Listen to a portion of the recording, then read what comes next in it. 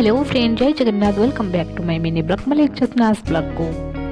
तो फ्रेंड, व्यस्तबहुलता जीवन भितर मुझे बिजी रही जाइली, टिके फसी रही जाइली, से वीडियो बनवाई मत टाइम मिलू नाला। तो से जहाँ भी हो, एवं से ही व्यस्तबहुलता जीवन भितर मुझे समय बाहर करी आपण मानक पुणी नहीं आसी आउ एक नुआ मिनी ब्लॉग। तो आशा करुँची आपण मैंने वीडियो देखला पर आपण मानक बहुत भल लगे। तो फ्रेंड, यही वीडियो माध्यम मु आपण मानक एक देवी माँ मंदिर परिदर्शन करेबी एवं यह केउठारे अवस्थित, यह मंदिर में क्यों देवी पूजा मानती आपण मैंने निहाती भाव में जानीपारे। तो गोटे रिक्वेस्ट फ्रेंड, आपण मैंने वीडियो को लास्ट पर्यंत निहाती देखो, मझे वीडियो स्किप करंतु नहीं, अदरवाइज आपण जानीपारे नहीं।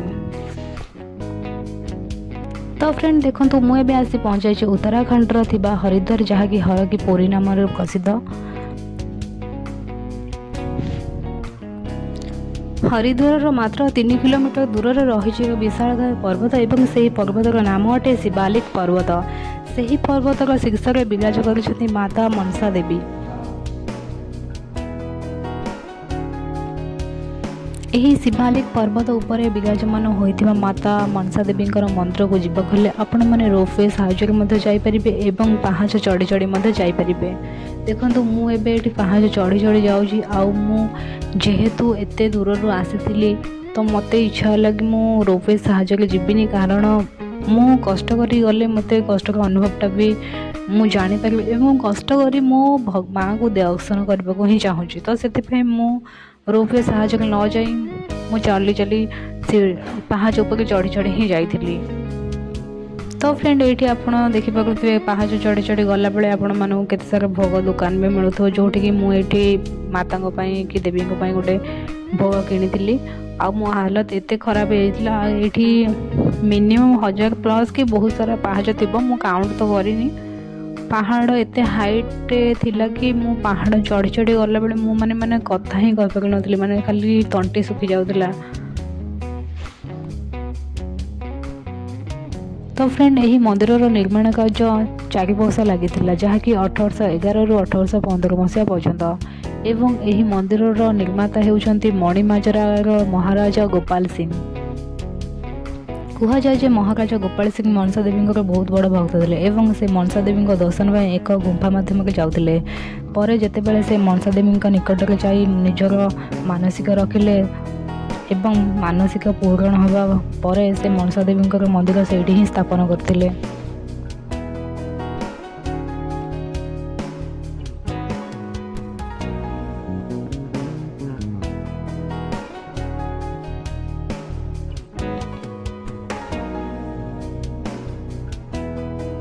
एत बाट चढ़ी चढ़ी आसला पर भी मु मझे भी पहुँचनी, आहरी बहुत दूर रही।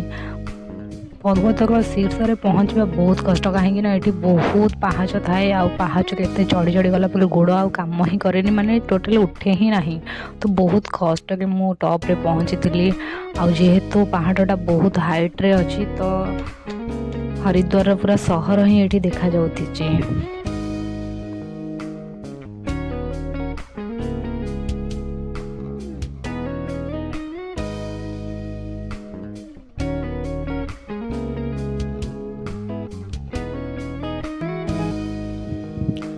देवभूमि उत्तराखंड हरिद्वार स्थित यही मनसा देवी मंदिर को बहुत विशेषत्व मान्यता दि जाए, कारण बोलबम टाइम रे बहुत भक्त श्रद्धालु एठिक आसतु, इंडिया बाहर हो कि इंडिया भीतर हो सब बहुत लक्ष लक्ष लोक ही एठिक आसती।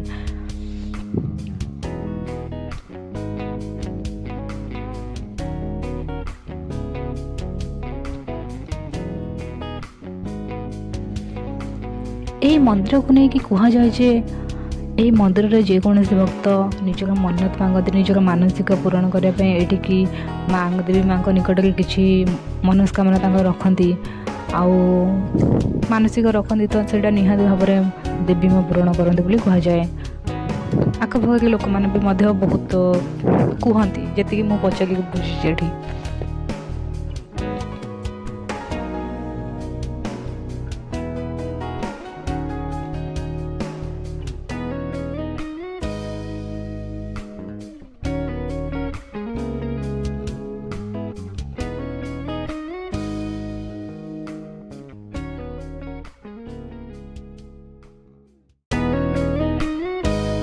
तो फ्रेंड्स एबे चलतु जानिबा मनसा देवींकर जन्म केमिति हेतिला। पौराणिक कथा अनुसार मनसा देवी हेले भगवान शिवंकर मानस पुत्री, कारण भगवान शिवंक मन को से सृष्टि होते।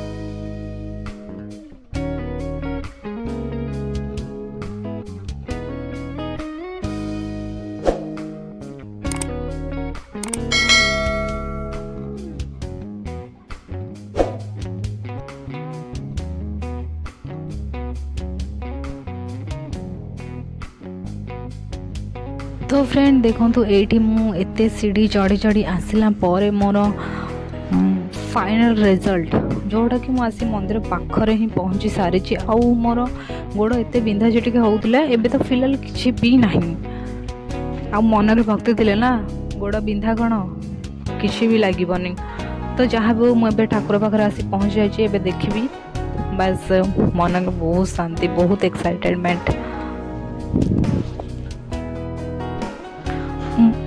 मनसा देवी को देखी सारा पर ओह मन की शांति बहुत शांति लगेगा। आपण मैंने जदि हरिद्वार रोचंदी कि पाखापाखरे अच्छा निहाती भाव में आसतु देखिए बहुत भल लगे।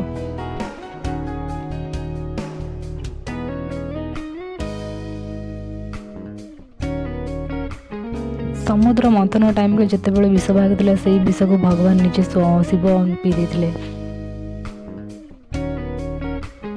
आउ सेथिपाई तांको देहर कलर चेंज हो नीलवर्ण हो जाइतिला।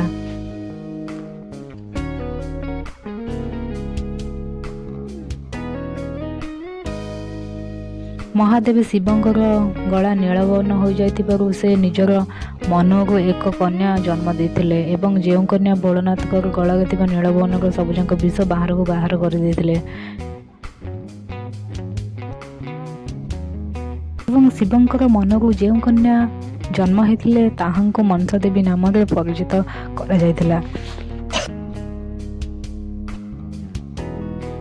हिंदू धर्म रे मनसा देवी को सर्प मानकर देवी मध्य कहा जाए एवं मनसा देवी को नाग राजा बासुकींकर भौणी मध्य कहा जाए।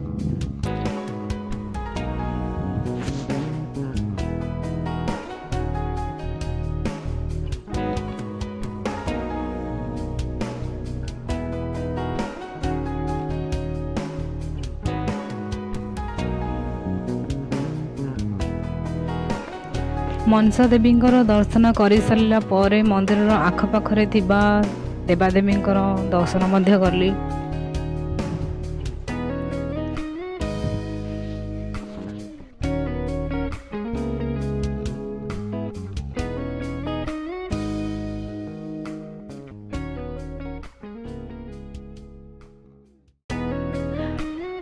सेठी एमती भजन कीर्तन सब होता माने इच्छा होता सेठी ही रही जाए एते खुशी लगुला माने आसवा ही इच्छा नाला बहुत बहुत बढ़िया लगुला भजन कीर्तन शुणा तो मन माने केते भल लगे आपण माने जानिथे।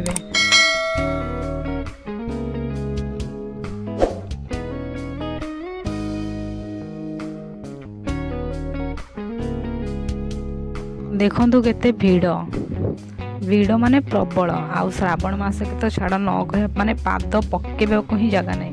एबे तो टिके एतिक टाइम के माने वीडियो शूट मु कली आउ आपण सावन के आसीबे ना आपण को गोटे मिनिट रो फोन भी धरे पई टाइम नथबो एते भीड़ एमिति फोन आपण देखि देबे ना सेपटे मोबाइल चोरी ही पड़ेथो।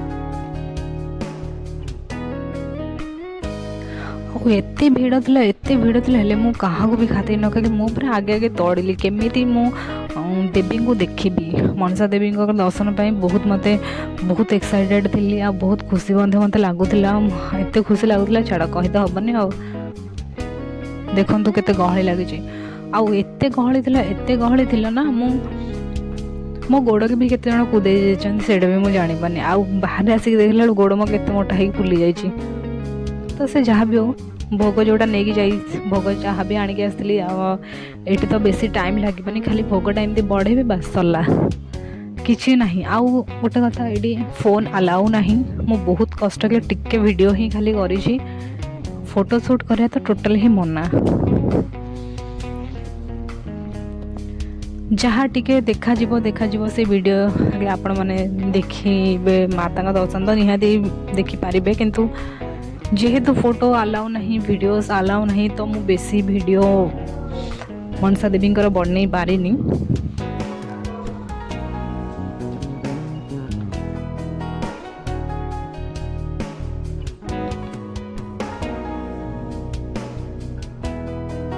मंदिर चारि पाखरे बहुत सारा दुकान भी अच्छी आपण मैंने से भोग भी किणी पारिबे आउ नहले जमती कि माली हैला हाथ रे किछि बांधे हैला बेकर किछि जमती पकाउछन्ती रुद्रा वगैरह से सब बहुत मिलुछि सेठी कि दुकान भी बहुत अच्छी सेठी आपण माने भी से पाखरे भी किणी पारिबे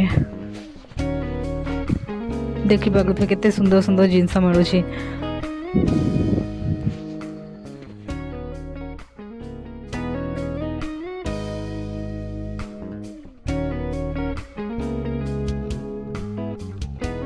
तो फ्रेंड ये वीडियोटी आपण मानक केमिति लागला देखि सारा पर कमेंट माध्यम निहाती जणेबे एवं मोर जदि किछि त्रुटि थिबो सेटा भी मते निहाती जणेबे जेमति कि आगो को नेक्स्ट वीडियो रे मो त्रुटि संशोधन करिवि एवं जदि आपण माने ए जगह को जाई नहंती देन आपण निहाती जानतु आपण को बहुत भल लागिवो।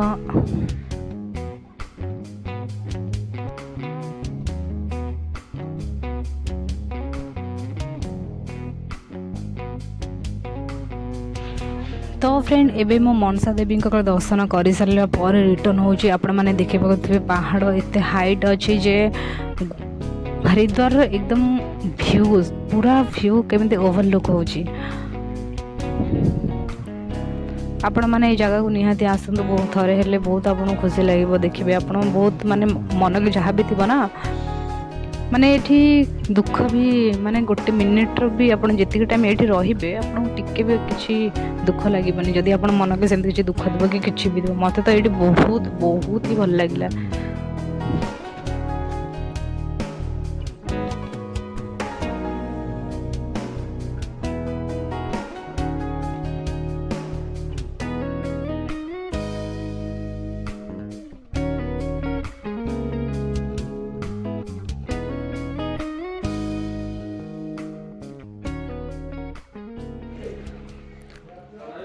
तो फ्रेंड एमती ओडिशा के हो कि ओडिशा बाहर थी छोट बड़ दर्शनीय स्थान गुड़िक आपण मान निकट में पहुँचापी हाई मोर एक छोटिया प्रयास तो गोटे थी निहाती क्षमा करेंगे देखा आपण मान सहित आउ एक मिनी ब्लॉग से पर्यंत रही टेक केयर बाय बाय जय जगन्नाथ।